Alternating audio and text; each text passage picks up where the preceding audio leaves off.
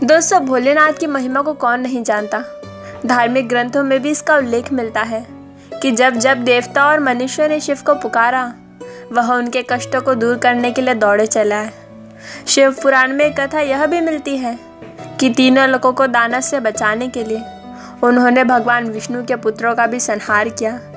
तो आइए जानते हैं संपूर्ण कथा।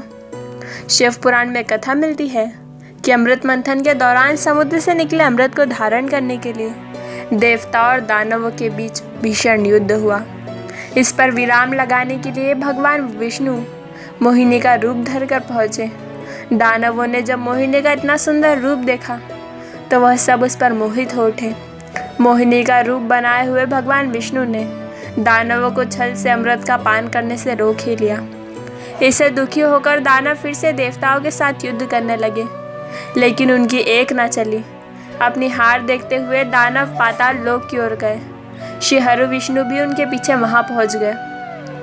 श्रीहरि विष्णु जब दानवों के पीछे पाताल लोक पहुंचे तो उन्होंने देखा कि उनकी कैद में कुछ अप्सराएं थी।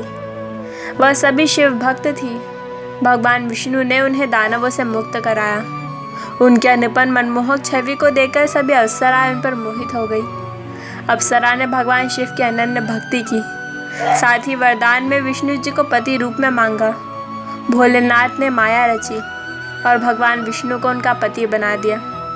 कथा मिलती है कि विवाह के बाद कुछ दिनों तक श्री हरि विष्णु पाताल में ही रुके रहे। शिव पुराण में उल्लेख मिलता है कि उन अप्सराओं से विष्णु के पुत्रों का जन्म हुआ, लेकिन सभी में दानवीय गुण थे।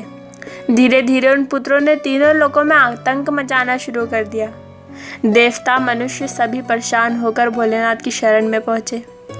देवता और मनुष्य की गुहार पर भोलेनाथ ने वृषभ यानी बैल अवतार धारण किया और पाताल लोक पहुंच गए। उसके बाद उन्होंने एक एक करके भगवान विष्णु के सभी पुत्रों का संहार कर दिया। इस तरह उन्होंने तीनों लोगों को विष्णु के दानवीय पुत्रों के आतंक से बचाया।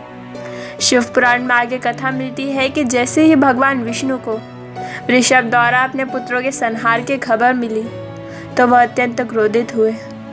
क्रोध से ही वह वृषभ से लड़ने पहुंच गए, लेकिन दोनों ही देवता थे तो लड़ाई का अंत ही नहीं हो रहा था। तब अप्सरा ने भगवान शिव से विष्णु जी को उनके वरदान से मुक्त कराने की प्रार्थना की।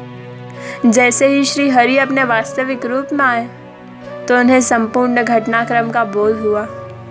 इसके बाद उन्होंने शिव से अपने लोक जाने की आज्ञा मांगी और वापस विष्णु लोक पहुंच गए। दोस्तों, ये कथा आपको कैसी लगी हमें कमेंट बॉक्स में ज़रूर बताइएगा। धन्यवाद।